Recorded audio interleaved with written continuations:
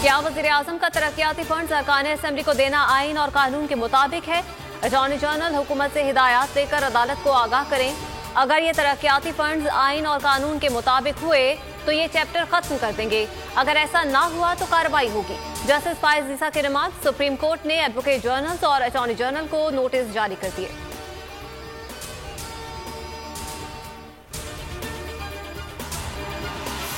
वज़ीर-ए-आज़म ने कहा, ओपन ट्रायल की हिमायत करता हूं। स्क्रूटनी कमेटी में पीटीआई वकील कहते हैं सब कुछ खुफिया रखा जाए। ये सिर्फ टीवी पर किरदार कुशी ही कर सकते हैं। सिलेक्टेड वज़ीर-ए-आज़म ने टेलीफोन लेने का ड्रामा किया। एहसान इकबाल की इलेक्शन कमीशन के बाहर गुफ्तगू। वज़ीर-ए-आज़म को प्राइम टाइम इंटरटेनमेंट करार दे दिया।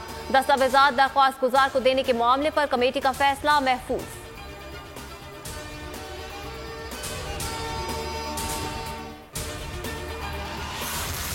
वज़ीर आज़म ने ओपन ट्रायल की वाज़ेह पेशकश की। अपोजिशन के पास जवाब नहीं, दरबारी प्रोपेगेंडा में मसरूफ हैं। फॉरेन फंडिंग में नून लीग ने डोनर्स की तफसील जमा नहीं करवाई। पीटीआई ने तमाम तफसीलात जमा करवा दी। शहबाज गिल का रद्द-ए-अमल। फरूख हबीब बोले, तमाम जमातों को पार्टी फंडिंग का हिसाब देना होता है। नवाज शरीफ ने इलेक्शन में करप्शन की बुनियाद रखी। मौलाना फजल रहमान को जिन ममालिक से फंडिंग हुई उसका हिसाब दें।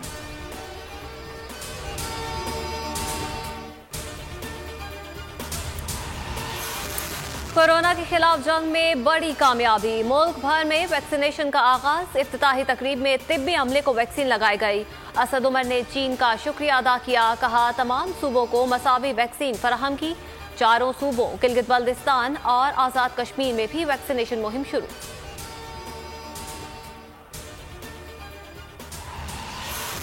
कोरोना वैक्सीन 18 साल से जायद उम्र के लोगों को लगाई जाएगी। 10 करोड़ अफराद को वैक्सीन लगेगी। साल के आखिर तक 70% आबादी तक वैक्सीन पहुंचाना चाहते हैं। मुआविन खुसूसी डॉक्टर फैसल सुल्तान की मीडिया ब्रीफिंग। कहा, दूसरे मरहले में 65 से जायद उम्र के पाकिस्तानियों को वैक्सीन लगेगी। चीनी वैक्सीन की अफादियत 79 से 86% है। मुल्क में कोरोना से मजीद 56 मरीज दम तोड़ गए। एनसीओसी के मुताबिक गुज़श्ता 24 घंटों के दौरान 1384 नए केसेस रजिस्टर हुए। सिंध भर में कोरोना की दूसरी लहर के बायस बंद मज़ारात आज से एसओपी के तहत खोल दिए गए।